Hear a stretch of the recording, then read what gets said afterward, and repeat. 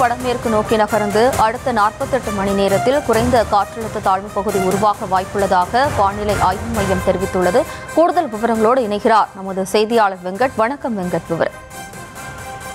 வணக்கம். நவம்பர் 22ஆம் தேதி வாக்குல தென்கிழக்கு வங்கக்கடல் பகுதியில ஒரு குறைந்த காற்றழுத்த தாழ்வு பகுதி உருவாவதற்கு வாய்ப்பு இருப்பதாக இந்திய வானிலை ஆய்வு மையம் தெரிவித்திருக்கிறது. 22ஆம் தேதி உருவாகும் காற்றழுத்த தாழ்வு பகுதி அதற்கு பிறகாக மேற்கு வடமேற்கு நோக்கி நகர்ந்து அது உருவாகி அடுத்த 48 மணி நேரத்துல மேலும் வலுப்பெற வாய்ப்பு இருப்பதாகவும் அதற்கான சாத்தியக்கூறுகள் இருப்பதாக இந்திய வானிலை ஆய்வு மையம் அதிகாரப்பூர்வமாக தெரிவித்திருக்கிறது.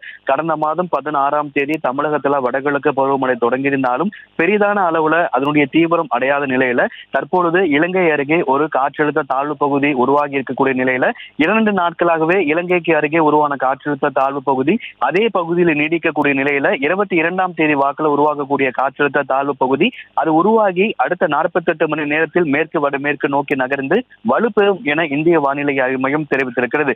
இந்த 22ஆம் தேதி உருவாகக்கூடிய காற்றழுத்த தாழ்வு பகுதி புயலாக வலுப்பெறுமா அல்லது காற்றழுத்த தாழ்வு மண்டலமாக வலுப்பெறுமா அப்படிங்கிறது அது உருவான பிறகு அதனுடைய நகர்வுகளை பொறுத்து தெரிய வரும் என கூறப்பட்டிருக்கிறது. தற்போது சூழலை பொறுத்த வரைக்கும் 22ஆம் தேதி தென்கிழக்கு வங்கக்கடல் பகுதியில் ஒரு குறைந்த காற்றழுத்த தாழ்வு பகுதி உருவாகி அதற்கு அடுத்த 48 மணி நேரத்தில் மேற்கு வடமேற்கு நோக்கி அதற்கு பிறகாக வலுப்பெற வாய்ப்பு இருப்பதாக இந்திய வானிலை ஆய்வு மையம் தெரிவித்திருக்கிறது. கடந்த 2 நாட்களுக்கு முன்னதாக இலங்கை அருகே உருவாகி இருக்கக்கூடிய காற்றழுத்த தாழ்வு பகுதி கடந்த 48 மணி நேரத்துக்கு அதே பகுதியில் நீடித்து வருவதன் காரணமாக அது வலுப்பெறுவதற்கான சாத்தியக்கூறுகள் குறைவாக இருப்பதாகத்தான் வானிலை ஆய்வு மையம் தெரிவித்திருக்கிறது.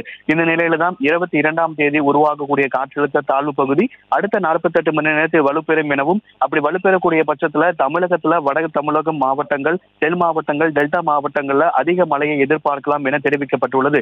இந்த 22ஆம் தேதி உருவாக இருக்கக்கூடிய காற்றழுத்த தாழ்வு பகுதி தான் வடகிழக்கு பருவமழைக்கான மழையை எதிர்பார்க்கலாம் எனவும் இந்திய வானிலை ஆய்வு மையம் தரப்பில் தெரிவிக்கப்பட்டுள்ளது.